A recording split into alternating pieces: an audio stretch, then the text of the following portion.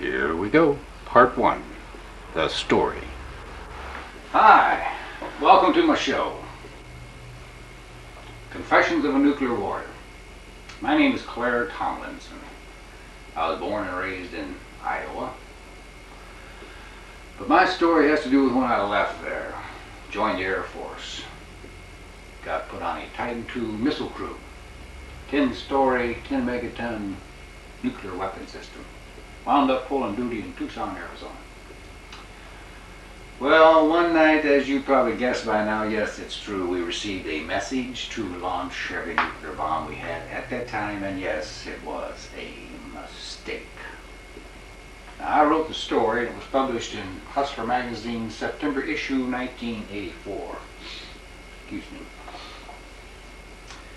And now I'm going to read to you that story and critique it as I go, because I haven't read it for some time. But having been there that night it happened, I'm well versed on the subject.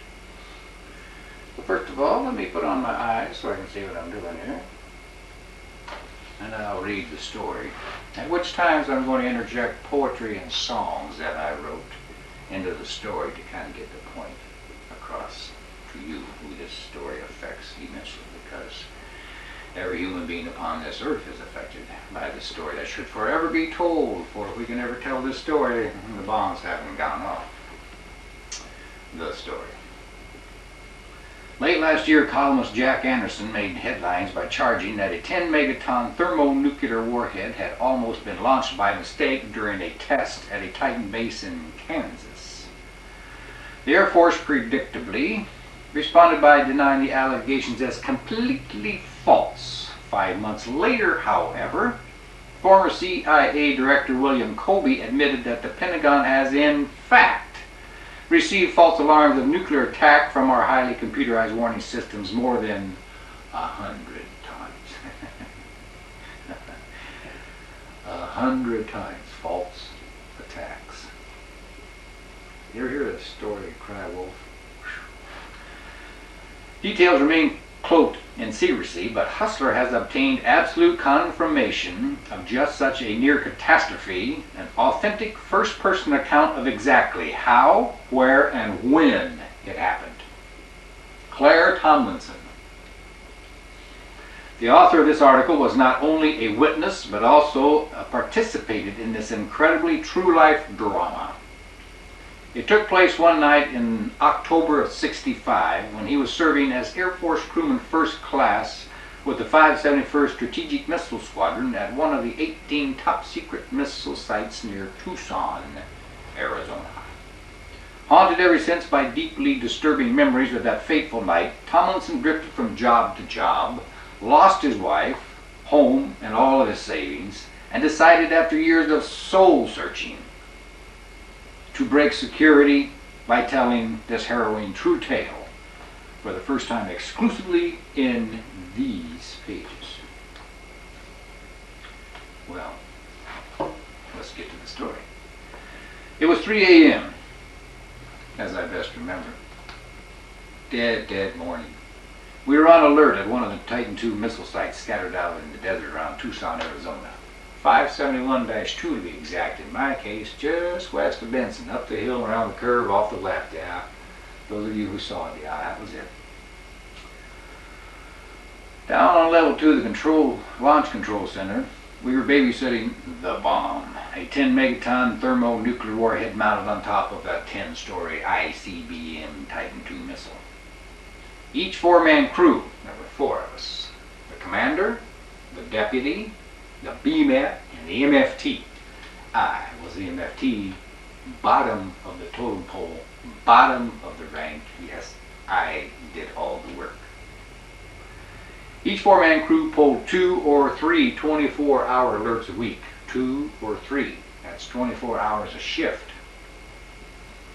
A lot of time.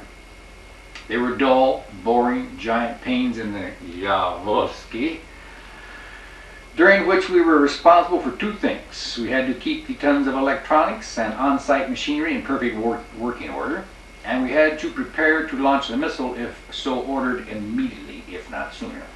Thank God we never had to launch them, or of course it would mean that we had gone to war for the last time ever, and of course it would mean the end of everything and everybody. I was monitoring the missile support system guidance, fuel, electronics, air conditioning, hydraulics, pneumatics, fire, and toxic vapor indicators, all displayed on dozens of panels, lights, and dials mounted all over the control center. Monitor, monitor, monitor. Watch, watch, watch. Be alert, be alert, be alert. It can happen any second. Constantly watching. Level 2 was called the no-loan zone, because it was the brain of the weapon system and the location of the launch button. For that reason, no one could ever be left alone there at any time. No, no, no, no. Nobody alone on level 2 of the control center. This was to make it impossible for any one person to launch the missile on his own without official military authorization to do so. As usual, the air conditioning was not working, so I was sitting there in my underwear, BBDs if I remember right, maybe it was Hanes, sweating profusely, blurry-eyed after 18 mind-numbing hours of watching the dials and listening to the electronic drone of the control center support gear and the missile guidance computer. The commander and sergeant upstairs asleep, rightfully so, well-deserved sleep shift. The deputy commander sat slumped forward in the command chair, sound asleep with his head on his hands at the control console, his launch key on a chain around his neck, looking somewhat ridiculous with a pistol strapped over his boxer shorts. He was completely exhausted from the wear and tear of alert after alert after alert, never getting enough time to rest in between before we saw ourselves coming and going on the alerts. Didn't we just come in yesterday? We're going out tomorrow. The deputy was breaking the no sleeping on level 2 rule. But that's the first part of my confession. Nuclear warriors broke the rule all the time. We all slept on level 2. We did it every chance we got, while the missile stood ready in its underground silo, 275 feet away, with two 7,000-pound steel doors between us, just in case the missile blew up. Didn't want to blow up the crew too. Well, we were all monitoring and catching a little nap every now and then. Well, I was just about to drift off to sleep myself. You know, we used to drift off a lot. Couldn't help it, nothing else to do but sit there. And it reminds me of a poem that I wrote about what we dream about when we dream. As nuclear warriors, the ones charged with pushing the button and annihilating humanity. What do you dream about when you dream? Dreamer's Dream by Clair. Tomlinson. Is it just a dreamer's dream that all people will live in peace? And is it just a dreamer's dream that we all can thrive in harmony? Dreamer's dream. A dreamer's dream or a madman's scheme to raise your family in the Garden of Eve, where righteousness thrives on purity, free of disease, ignorance, and poverty. Where everyone is king of his castle, the master of his own true meaning, free to dream that his real destiny lies deep in the spirit of his natural being. Is it just a dreamer's dream that only in your deepest sleep will you find your soul to keep, resting in heavenly peace, dreaming dreams of a dreamer's dream? Dreamer's dream, dreamer's dream. A dreamer's dream or a madman's scheme to raise your family in the Garden of Eve, where righteousness thrives on purity, free of disease and ignorance and poverty. Where everyone is the king of his castle, the master of his own true meaning, free to dream that his destiny lies deep in the spirit of his natural being. A poet's dreams of dreamer's dreams, peace and harmony.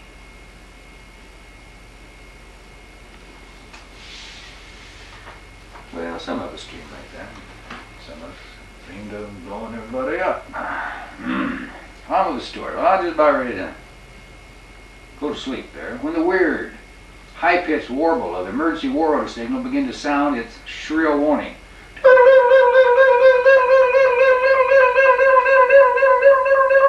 Drives you nuts? It went off. The signal always meant a practice launch message designed to test us on our reaction time and performance efficiency as a missile crew. Then came a hollow voice over my earphones. Mole hole, this is Mother Sack with a blue -1. I repeat, mole hole, this is Mother Sack with a blue -1. I repeat, blue -1. Blue -1 was no practice code. It wasn't one of those endless exercises Base Command was always throwing at missile crews in the middle of the night to keep us on our toes. A blue -1 was a real emergency war order. The only time they had ever sent a blue -1 before, as far as I knew, was on a standby base of the year before when Kennedy was assassinated, the president. I yelled at the deputy, who was raising his head up off the launch controls, eyes wide from the rude awakening and screeching warning signal. "Wake up! We've got a blue -1, I said, coming in." He blinked his eyes, reaching for the top secret code book. "Roger, I hear it." I wasn't asleep, I was just resting my eyes. "Wait a minute. Did you say blue -1? "Yeah," I shouted. He grabbed his headset and put it on. We both picked up our grease pens and began copying. Alpha, Foxtrot, Charlie, Zulu, Tango, Victor, Kilo, Lima, Bravo, Hotel. All missile crews acknowledge receipt of message on my count of 3. 1, 2, 3. I reached up and pressed the transparent plastic acknowledge button that sent an instant signal back to SAC headquarters in Omaha. After decoding and authenticating, the deputy and I exchanged codebooks to cross-check each other's work. We had been through this procedure 1,000 times. Find the blue code word identification. Turn to the page indicated in the codebook. Read down the list of numbers and then turn to that page for the message. To our horror, there was no mistake. Jesus, I muttered, my head beginning to pound. This is a DEFCON 2. This meant we were just one step away from launching the missile. I stared at the deputy in disbelief. He stared back. Then with trembling hands, he took a deep breath and said very quietly, "I'm officially informing you that I'm going to the launch checklist now. Prepare to follow along. MFT."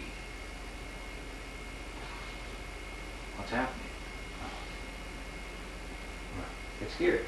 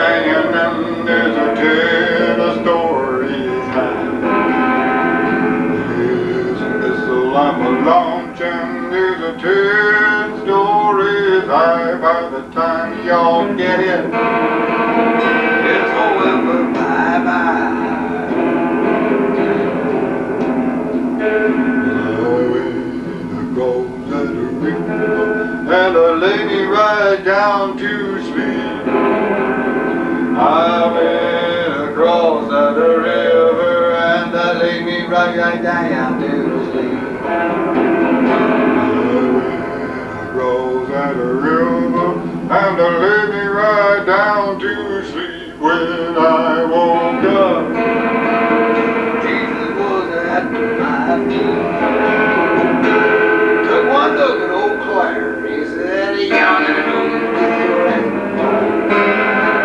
and y'all gonna know there won't be time to cry. And you can bet that $1 million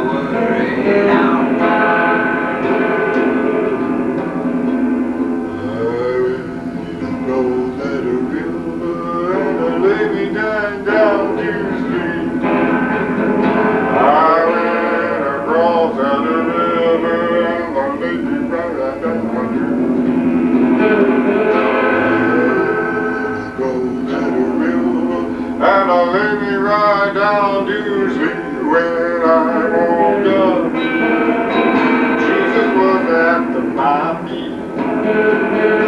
Took one look at old Clair and he said, y'all gotta know you kissed her at the bar. And y'all gotta know there won't be time to run. And you get left in a million dollar die.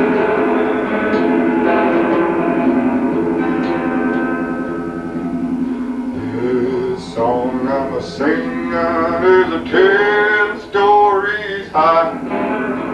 And this message I'm delivering is a 10 stories high. This prayer I'm a making is a 10 stories high. By the time y'all get it, It's forever bye-bye. 'Cause y'all gotta know you kissed her ass goodbye. And y'all gotta know there won't be time to cry. And you get left at a million dollar die. well, it takes a worried man to sing a worried song. It takes a worried man to sing that worried song. It takes a worried man to sing that worried song. Well, I'm a worried now, but I won't be worried long. This missile I'm a building is a 10 stories high. This missile I'm a man and is a 10 stories high. This missile I'm a launching is a 10 stories high. By the time y'all get it, It's forever bye-bye. 'Cause y'all gotta know you kissed your ass goodbye. And y'all gotta know there won't be time to cry. And you get left at a million dollar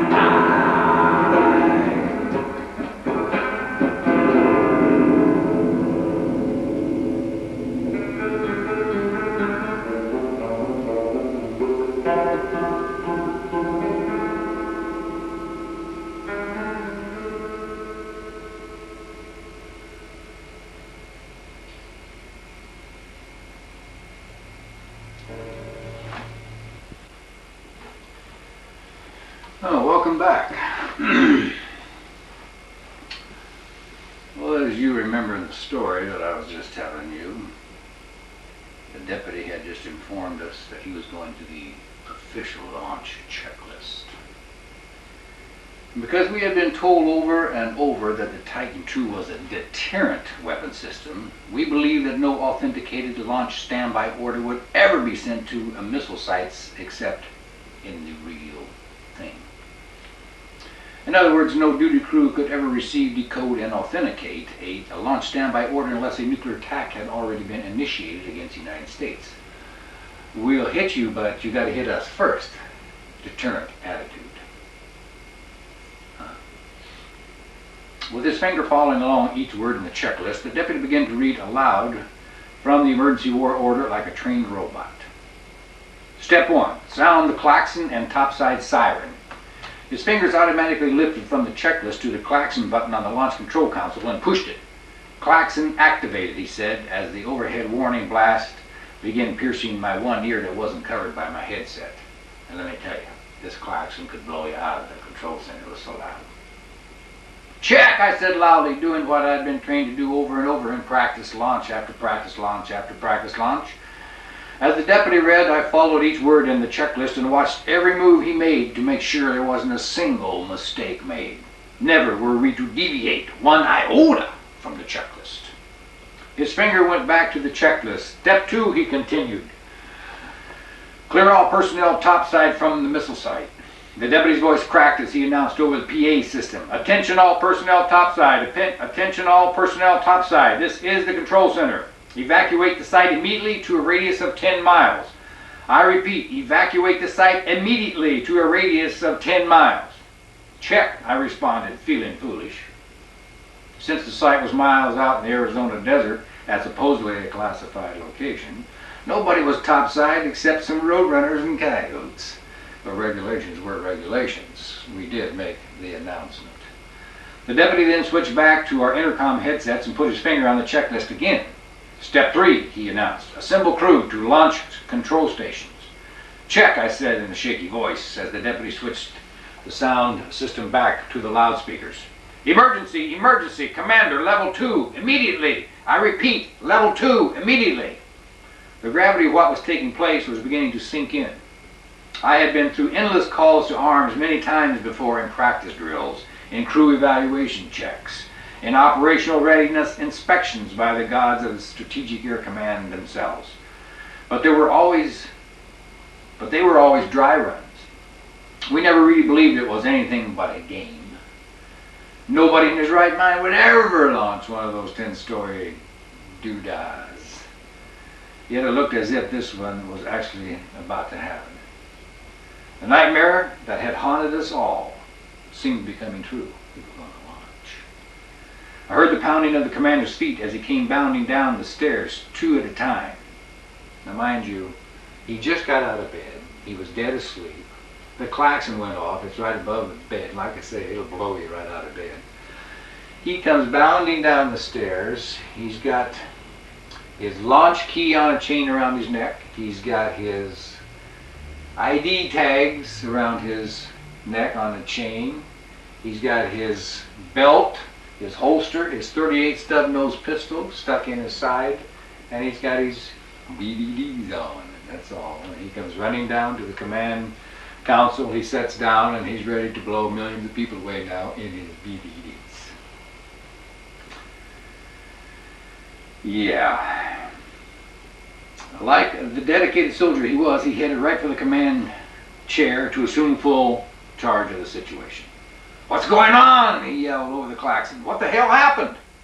The deputy was standing at the launch control console with his finger on the next step of the checklist. We got a blue -1, and we're on step 4 of the checklist, he yelled.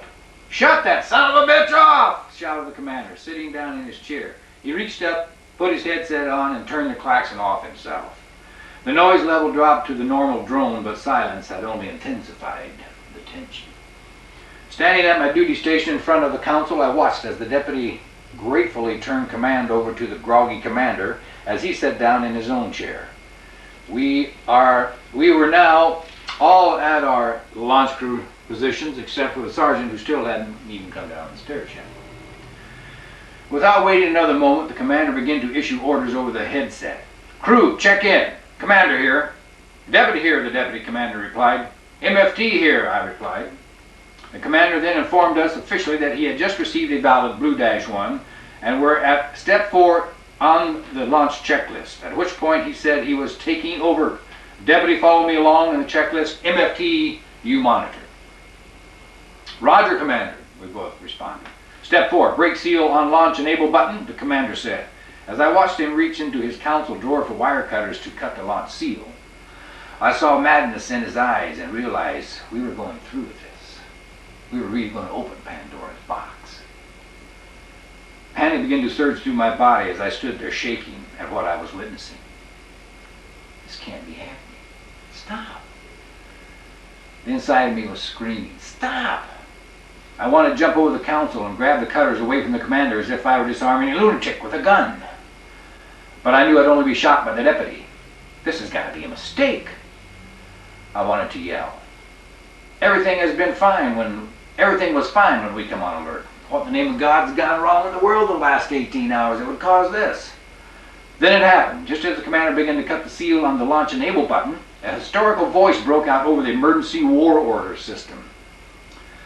All missile crews disregard that last message, the voice screamed. It's a mistake. Do you hear me? The message began to repeat, but in the middle of the transmission the sound went dead. The whole crew just sat there in disbelief. What the hell was that? Who was that? Well, in no time was the emergency war order network ever to be used for verbal orders. Never, never. Nothing but top secret codes came in over the system. Top secret codes. Reminds me of another poem I have here called Top Secret Crypto. There are things going on that you should know, but you never will because they're classified. Top secret crypto. If you know something terrible, but you can't let anybody know, hide it in a coded secret, classified. Top secret crypto. There's something going on that you should know. Your name has been added to the list of top secret crypto. Deadly secrets, deadly secrets. In time they'll get to you. You can never reveal them. They'll never let you go. The more you learn, the less you want to know. Top secret crypto. Top secret crypto. If you only knew, it was the end of you. Top secret crypto. When we were all in top secret crypto school, it was drilled into us that the only legitimate authorization of aborting a launch countdown, in other words, the only way you can stop us once we started launching, was via a coded message direct from SAC headquarters in Omaha, Nebraska. We were told that if we ever got an authenticated launch message, which we just did, and if it was followed by someone ordering us verbally, which it was, to abort the launch procedure, we were to disregard the abort order at all costs because it would be the Russians trying to deceive us. Now give me a break. I'm a country boy from Iowa City. I'm sitting in this highly sophisticated top secret crypto class in the United States Air Force, and they tell me in that class that should we ever get an authenticated launch, that Ivan Sputnik will be out there listening on his little radio, and he'll intercept this and he'll tell us, don't do it, see? And give me a break. The Russians aren't going to listen to this garbage. They got more to do than listen to all this squawking going on between these missile sites. Evidently I was wrong. Evidently they knew what they were talking about. Because I had just heard with my own ears the first outside proof that something horrible had happened between the superpowers. Against all reason, I truly believed I had just heard a Russian voice impersonating an American officer. It was really happening. We were going to have to press the button. Rivers of adrenaline began to flow through me. My chest was pounding. If it goes, we all go. I had a vision of the next half hour. Boom! There goes Jefferson, Iowa. My parents never knew I had them. Boom! I saw an American passenger ship going down in the ocean, torpedoed by Russian subs. Boom! Boom! Boom! There goes SAC headquarters in Omaha. Boom! Boom! By the time the booms stopped going off, there would be nothing left. Everything would be gone. Caught between superpower crossfire. Superpower crossfire. Caught between fools and liars, pitting nation against nation for world domination. And who was right and who was wrong and who was weak and who was strong, and how much longer can it go on before we all eat the bomb? And who decides when humanity cries and we all have to eat that Jimmy Jones pie? Why, 'tis just the premier or the president, the only two who decide every second of earthly residence. Superpower crossfire, caught between fools and liars, pitting nation against nation for world domination. And we all feel powerless as we're drawn into the power clutch of the dueling power lust, who demand that those in the middle must decide either them or us. Superpower crossfire, superpower crossfire. One's a fool, the other's a liar. One's a fool, the other's a liar. Don't you know they're not like us? Don't you know they're communist? Don't you know they're not like us? Don't you know they're capitalist? Cappy, commie, cappy. Them or us, them or us. Who do you trust? Superpower crossfire. By Clair, Tomlinson. Back to the story. Bombs going off. I was dreaming. What happened there? Boom, boom, boom, boom. My thoughts were interrupted when I saw the commander waving his arms and shaking his head. No, with the deputy indicating that he should disregard the verbal Russian order. Clearly, he was convinced, as I, that the final countdown had just begun. Crew, we will be proceeding with the launch procedure, he announced coldly. I'm cutting the launch enable seal. Just as his trembling hands reached out to sever the wire seal, the emergency warning warble sounded again. What's going on? We all froze in terror. This was it. This would be a red -1, the launch order. We're going to launch this is the message. What are we going to do?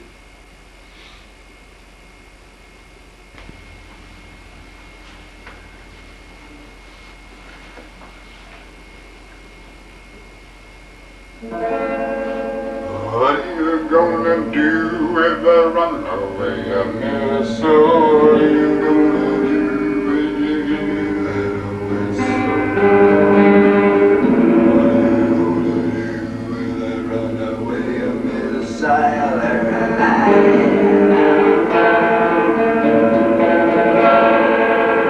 Duck under cover and pray to Mrs. Duck under cover and pray to Duck under cover and pray to Mrs. What are you gonna do when they run away a missile? What are you gonna do when you hear that whistle? What are you gonna do when you see that missile?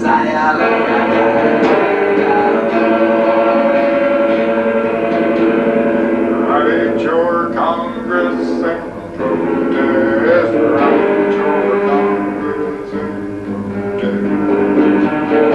Write your Congress and protest.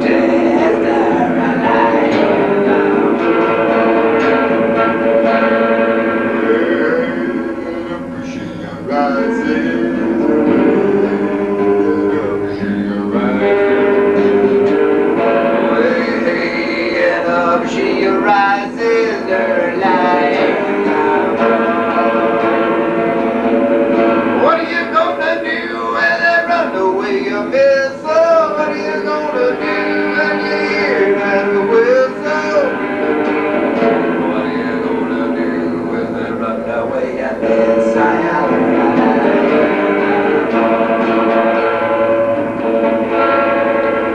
Jam those are gimbals and send in orbit. Jam those are gimbals and send in orbit. Jam those are gimbals and send in orbit to that song. What are you gonna do when they run away a missile? What are you gonna do when you hear that whistle? What are you gonna do when you see that missile?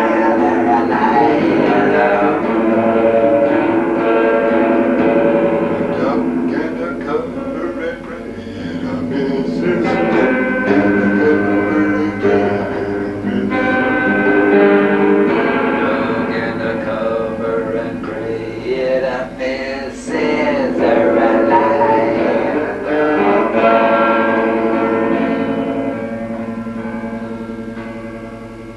Duck and cover. Meanwhile, back to the story.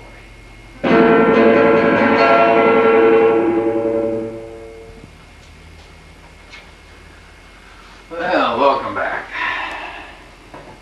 Well, as you know, where I left off, Commander was just reaching up to cut the enable seal so he could launch the missile. That's the way you push the button. That's what the enable seal is. It enables you to launch. It takes two people. That's what we're in the process of doing.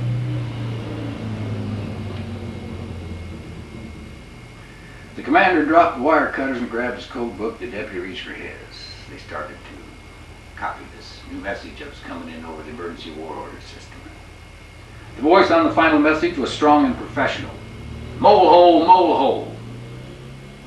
This is Mother Sack. Mother Sack, prepare to copy a green-5. This code was a new one on me, and from the reactions of the commander and deputy, they seemed just as confused as I was. Green-5? We're expecting the world to end with a red -1. No, green-5. Huh? I'd have to get the book out and look that one up. Holding my breath, I watched as they copied, decoded, and authenticated. Had the Russians taken over SAC and broken our codes? Were they stopping our launch? Or was this a legitimate Air Force screw-up? Who the hell was in command? As these questions tumbled through my mind, the commander began speaking over our headsets. Crew, we have just received a valid green-5, and I'm going through that checklist. Step 1 of the Green-5 checklist states, missile sites return to ready green.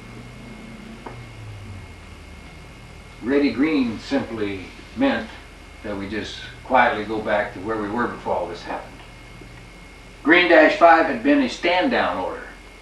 The crisis was over. Or was it? We were all too stunned to speak. What the hell is going on here? Procedures are being broken. This is nuclear weapon system. It's gone nuts. What the hell just happened? Asked the commander finally. The deputy and I could only shrug our shoulders. Better call base command, deputy. See what's going on. At this time, the sergeant came sashaying down the stairs with fresh coffee. Didn't seem to have a care in the world. He looked as if he just shit, showered, shaved, and shampooed. With a big grin on his face, he set the pot down on the crew table and said, I just woke up. What's going on? We don't know, the commander answered. The deputy's trying to find out now. A moment later, the deputy finished his call. Seems command post doesn't know any more than we do. They got the same message we did from SAC. They said they're checking now to find out what happened, and we'll get back to us as soon as they can. Coffee, anyone? The sergeant asked. The phones began to ring off the wall. It was the other crew members from the other missile sites who had just gone through the same thing. Did you copy that Blue-1? What the hell was that all about? The speculations began to fly. We sat on the edge of our chairs watching every little light on our control console, expecting something horrible might yet happen. We were nuclear warriors on duty, and we had just been asked to launch this missile, and now all of a sudden everything's back to ready green like it just didn't happen. Let me tell you about nuclear warriors. Nuclear warriors live all alone, with their eyes on panels and their ears on phones, watching and waiting in that controlled zone for the orders to dust that nuclear clone. In all those races, to all those places, for all those faces, for all those faces. Will you still love us after we blow you away? Will you come and dance in our hometown parades? Will there be children left to flower our graves, and will God forgive us on Judgment Day?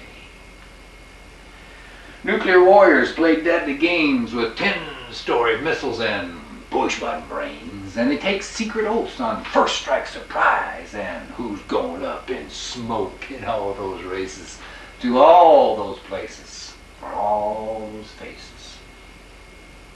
Nuclear warriors don't sleep at night. They just dream of coded countdowns to target sites, and keeping their hands on those shiny silver dildos that are always cocked and ready to go into all those races, to all those places, for all those faces, for all those faces. Nuclear warriors take no prisoners after their countdown to push-button deliver with bright lights and hot flashes. They'll suck you up and spit out your ashes. In all those races, to all those places, for all those faces, for all those faces. And will you still love us after we blow you away? There won't be hometowns left for hometown parades. There won't be children left to flower the graves. And I rather doubt God's going to forgive us on Judgment Day. Nuclear warriors take no prisoners.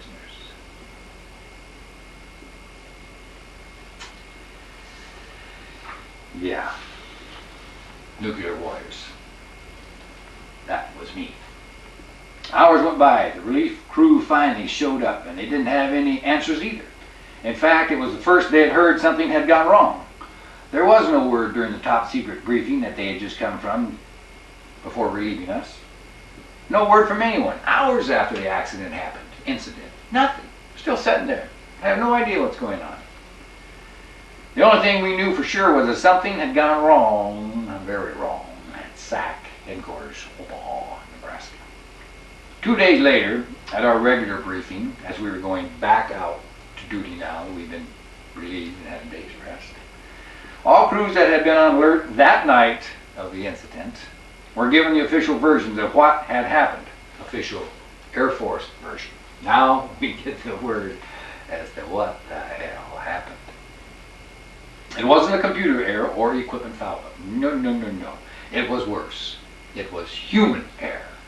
Yes, there's a story here. It seemed there was this colonel in charge of the emergency war order system up in Omaha, Nebraska. He had this friend, this major in the Air Force, who was in Germany, I believe. So he went through the procedure to get his friend transferred from Germany to Omaha, SAC headquarters, his outfit. He could work for him. And the families knew each other well, so the families would be once again reunited and having fun in the service. Well, he told that major to meet him at 3 a.m. Why such ungodly hour? I have no idea. At the headquarters of the emergency war order when he reached the mainland from Germany. So the major showed up at the emergency order room. The colonel took him in the room, and the colonel introduced him to the major on duty, who was over here at the primary council where all these war orders went out, and he had his display of all the messages he was to give on the board. And at that time was on active duty. Now on this side of the room was the alternate council, that should something go wrong with the primary council, they will still have an activated system to back it up.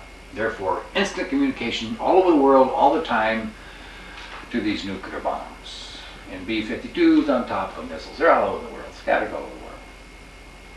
So, after introducing the two majors, he takes the colonel, a hot one, off the board, takes the new major over to the alternate council, sets him down. He says, now look, I want you to read this message. It's a hot one. I want you to see what a hot one is like. I'll run the panel. I'll run the controls. You'll learn how to do that later. But here's what your job's going to be.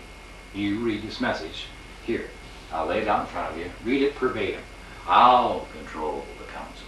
So the colonel, a little rusty on his procedures, pushed the button on the council alternate, and the major proceeded to read the message. Well, what the colonel didn't know is that he, at that time, he made the mistake of pushing the wrong button, and he made the alternate council the primary council. He made the primary council the alternate council, and when the major read the blue -1, it went out to the entire nuclear arsenal that the United States Air Force had at that time all over the world.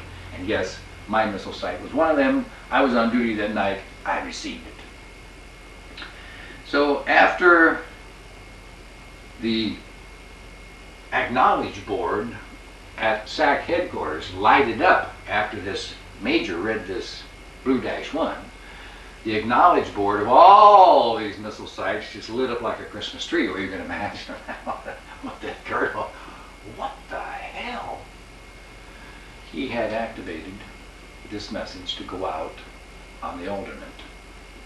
The major over here, realizing what had happened, began to correct the situation immediately. But in the meantime, the colonel, realizing he had screwed up horribly, grabs the microphone and says, all missile crews disregard last message, it's a mistake. No, colonel, can't do that. See, it wasn't the Russian who was hollering, it was the colonel who was hollering over the microphone. They had predicted this mistake would happen so often that they created it and performed it themselves.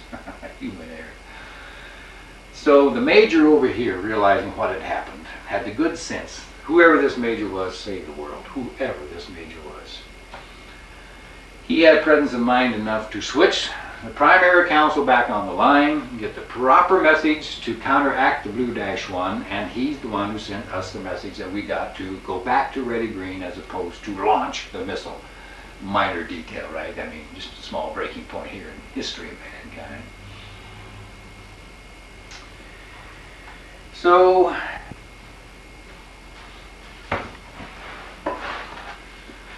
I'll read a poem to you that I wrote, World Treasury of Great Poems. And it got published in this little book of poems. Let's turn to page, if my memory serves me right, about 928. Here it is. People Under Nuclear Threat by Clair, Tomlinson. This is the dedication.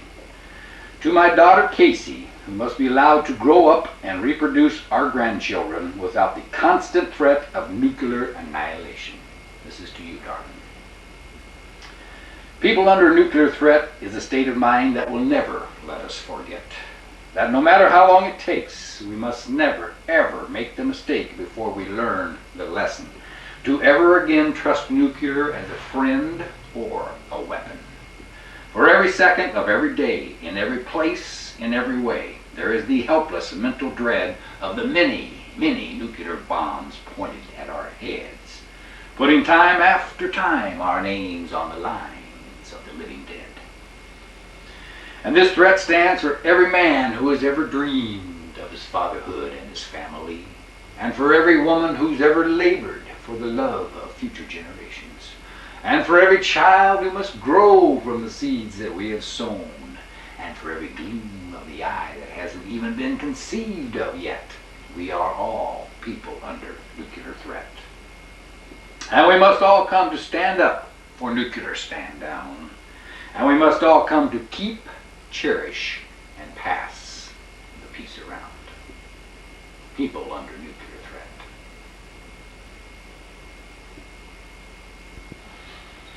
Well, that was the official Air Force version of what happened that night. After the briefing, we went back out on alert at the missile site. This is after the Air Force had told us what happened at the briefing that morning. We was going back out on missile duty that day. Well, the commander assembled us at the crew table to review how we had handled the crisis. He said he was impressed that this grave error had been safely corrected. Then he asked us never to tell what had taken place because of the bad publicity it would give the Air Force. Bad publicity. Bad publicity. I yelled, what if the colonel had picked up a Red -1, a launch order? What if the deputy major on duty didn't have the sense to do what he did to save us? What ifs don't matter, the commander replied coolly. What was done, it's over with, forget it. Well, I can tell you what would happen. Nobody be reading these words. Nobody be here, period. If we went through with the launch that night, everything would have been annihilated by mistake. I can tell you that the worst part of this confession is the last. Nothing has changed since then. There's still missiles out there with missile men pulling duty every day. And the worst part of this confession, the really worst part of this confession is I would have done it. I would have done it. I didn't know it was a mistake. Didn't make any difference. We were trained just to react, not to ask. So that's my worst confession. I would have done it. They had me. I would have done it. So now what do I do?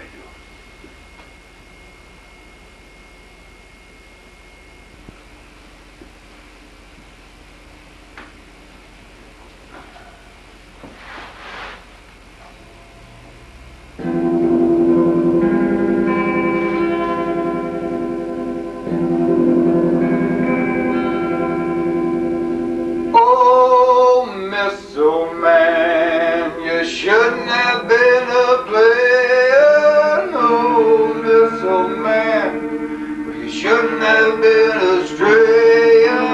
Oh, missile man, you should have been a prayer long before that day.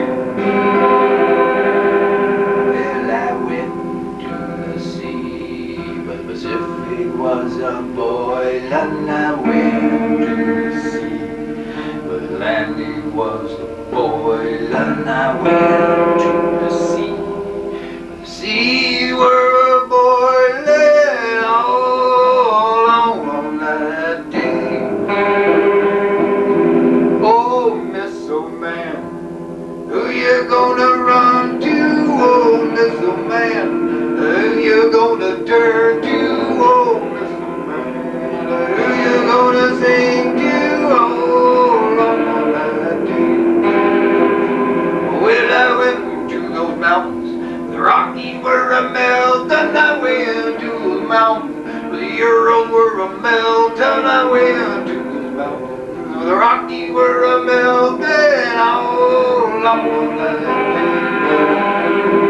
Oh, missile man,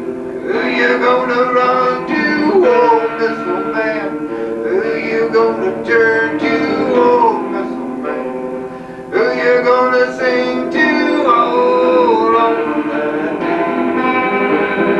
Well, I went to Jesus. Jesus wouldn't see me, I went to Jesus. Jesus wouldn't see me, I went to Jesus. Jesus wouldn't see me, oh Lord. Oh, missile man, we shouldn't have been a playin'. Oh, missile man, well, you shouldn't have been a strayin'. Oh, missile man, we should have been a prayin' long before that day.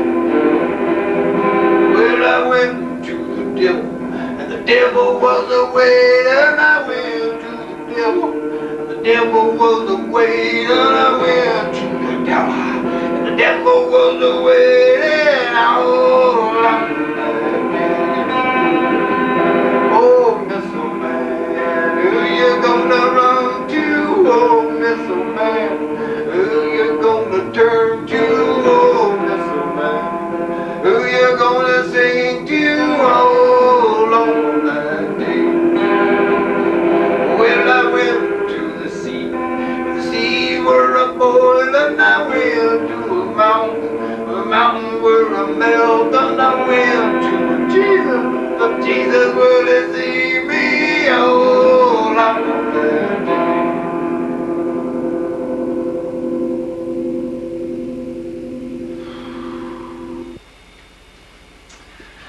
Yeah, so what are you going to do when even Jesus won't see you?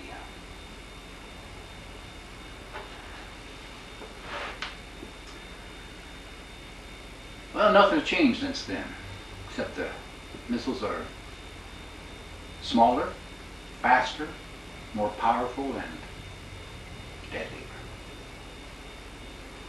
Pressure on the crews as the missiles get newer and trickier is even worse. Drinking on the job is a real problem with the United States as well as the Russian crewmen. We have 33,000 nuclear warheads now. The Russians have just as many. But there's been a change. There is no crisis communication center between the two superpowers to prevent all-out war in case of an accidental launch. This was written back in the Brezhnev era. Things have changed for the better. Now, unless you served in the nuclear madhouse and gone out and touched that smooth silver missile and looked up at the bomb and sensed its awesome destructive power, you can't realize just how dead you really are and don't know it. Once you babysat the bomb, the reality of nuclear annihilation by accident or by design seems so close every minute of every day that it surprises me that we've lasted this long. Each night of my life, since that outrageously terrible experience of almost launching a missile by mistake and blowing the world up, I awake in a cold, sweaty terror. From the same nightmare back in the hole praying for sanity and salvation as we were headed for the Battle of Armageddon. Go to sleep at night.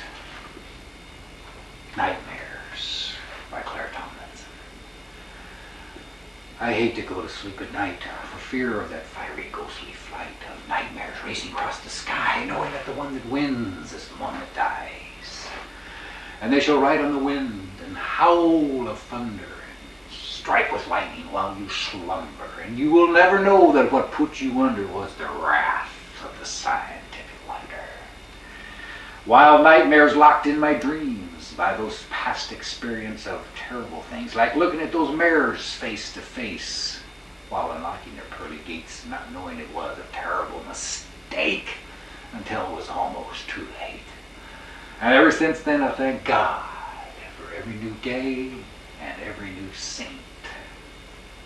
Nightmares, nightmares, they have no wings but fly, and they see through the night with invisible eyes. Nightmares, nightmares breed on the deadly fear that some night we'll awake and they'll be here, and they'll sniff us out with that thundering hurt and blow us away with so much of work. I hate to go to sleep at night. Fear goes by. Nightmares, nightmares.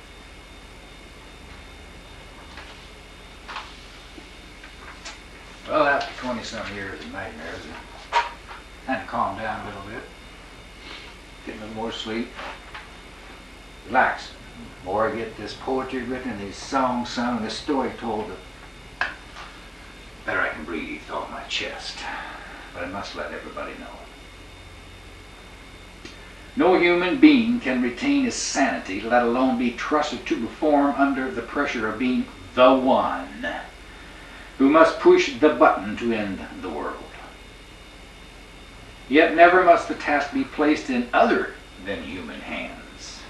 For anyone who's ever been in the service knows the military machines and electronics have a way of getting away from you.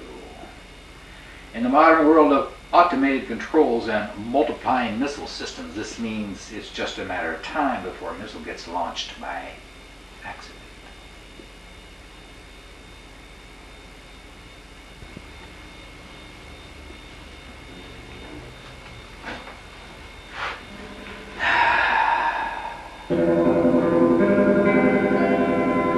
Some people say I'm a no count, and others they say I'm no good.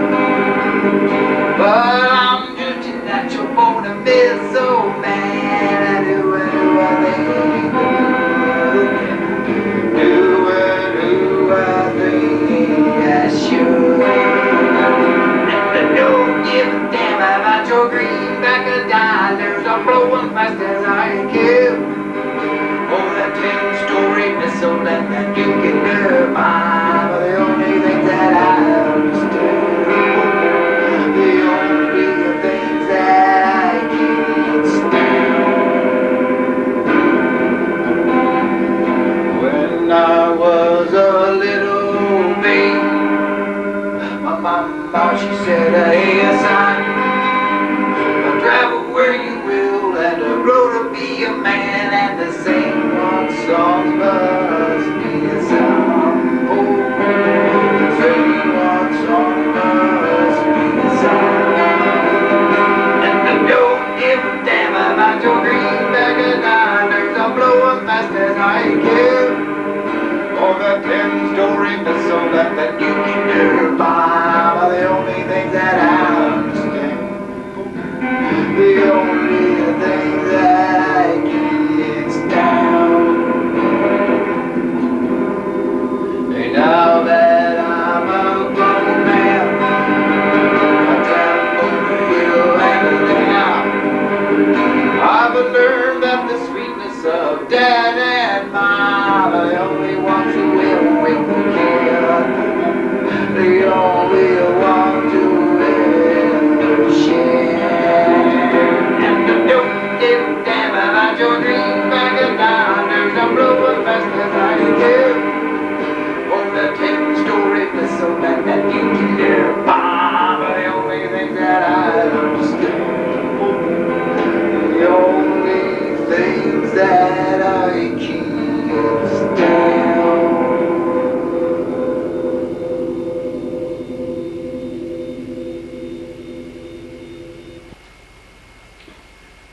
So, what would you think of somebody who launched a missile accidentally? Oops. Sorry, I didn't mean to. I was just following orders. The truth is, only those who have stood in the valley of the shadow of the missile can understand. None of us who felt the future die inside us that night will ever sleep in peace until all the nuclear missiles in the world are gone. Rather ambitious dream. This is our secret dream. But to come true, it will have to be everyone's dream.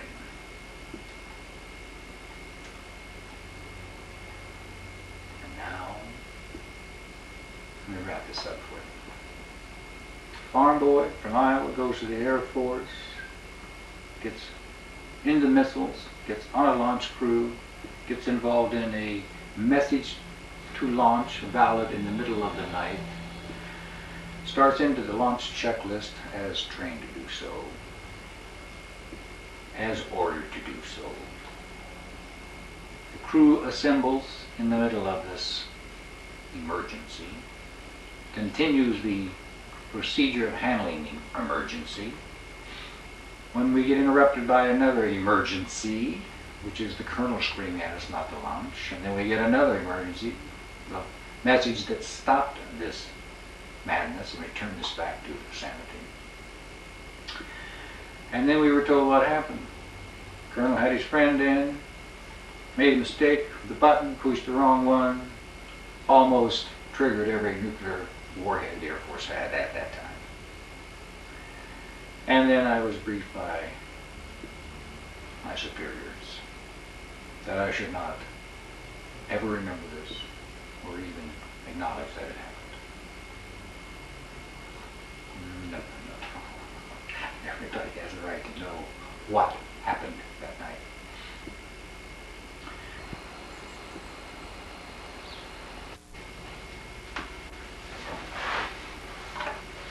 A little technical. I'm going to read a poem here called Amnesty for Humanity. We all are alive in the cycle of life. Could be the dawn, the high noon, or reaching that endless night. And we all need clean air to breathe, pure water to drink, nutritional food to eat, a safe place to sleep, and not be counted as one of the sheep. Bah. My father was a man, and my mother was a woman, and they joined together to form me, a human, half man, half woman. And as the best of each's dream, they taught me that I'm human before I'm anything. So why do we continue to kill each other? Were we not all born of the same mother? Are we not just killing ourselves when we kill our brothers? Time has come to bury the sorrow. Forget the traditional past. Forget the unknown tomorrow. And today and every day henceforth, embrace your enemies in your arms and love them, love them, love them until there's no hate left tomorrow. Bury the sorrow, bury the sorrow. Will you forgive me if I forgive you? Amnesty for humanity, the only thing left to do. Forgive me, forgive you. Start anew, start anew. Pray for me, pray for you. Stand up for stand down. Stand up and turn around. Keep it that simple. That's all there is left to do. Turn to your sanity and give amnesty to humanity. And don't forget to love me, for I shall love you. Thank you.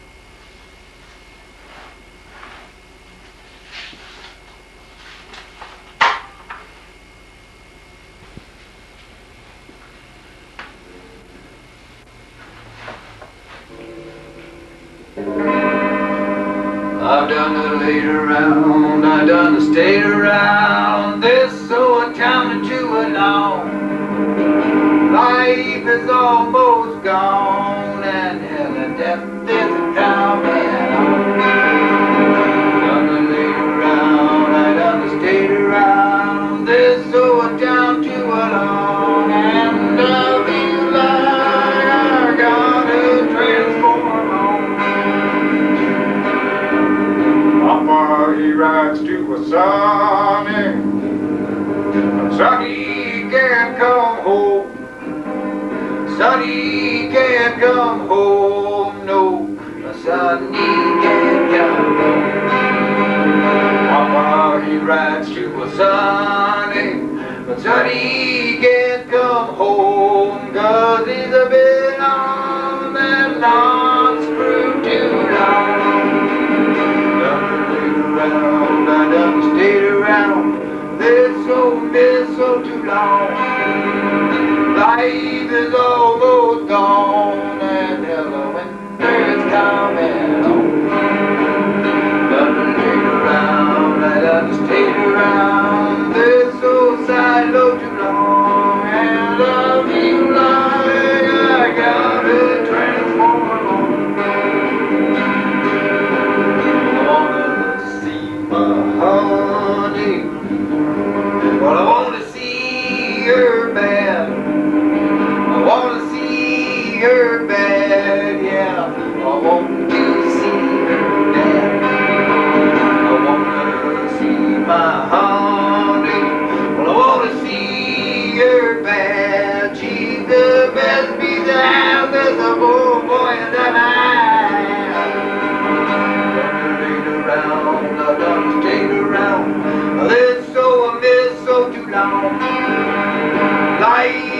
all both gone, and there's a death in the town.